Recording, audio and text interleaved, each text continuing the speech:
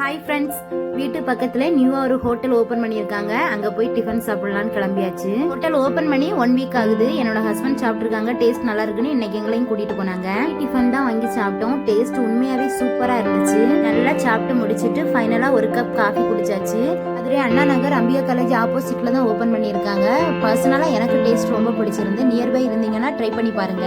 சாப்பிட்டு முடிச்சிட்டு சடனா பிளான் பண்ணி அப்படியே கொஞ்ச நேரம் சர்வி குட்டியை விளையாடலான்னு பார்க்கு தான் கூட்டிட்டு போனோம். மேலமட ஆவின் பார்க்கு தான் போயிருந்தோம். இனி சர்வி குட்டியை கையில பிடிக்க முடியாது, உள்ள கூட்டிட்டு வர வரைக்கும் தான் நாங்க. அதுக்கப்புறம் அவனோட ஆட்டம் தான். பார்க்குக்கு அவன் வச்சிருக்க பேரு குக்கு. எங்கேயாவது பார்த்துட்டானா போதும் உடனே அம்மா குக்கு குக்குன்னு சொல்லிட்டே இருப்பான்.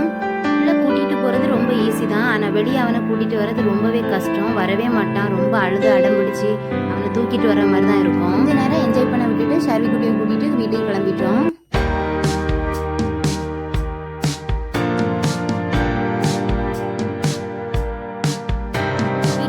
மதியம் லஞ்ச் ரெடி பண்ண ஆரம்பிச்சிட்டேன். மதியம் லஞ்ச் என்னன்னு பார்த்தீங்கன்னா முட்டைகோஸ் பொரியல், புடலங்காய் பொரியல், பருப்பு ரசம் வச்சு நல்லா சாப்பிட்டாச்சு. சாப்பிட்டு முடிச்சுட்டு கொஞ்ச நேரம் ரெஸ்ட் எடுத்து ஷாப்பிங் போக போகிறோம்.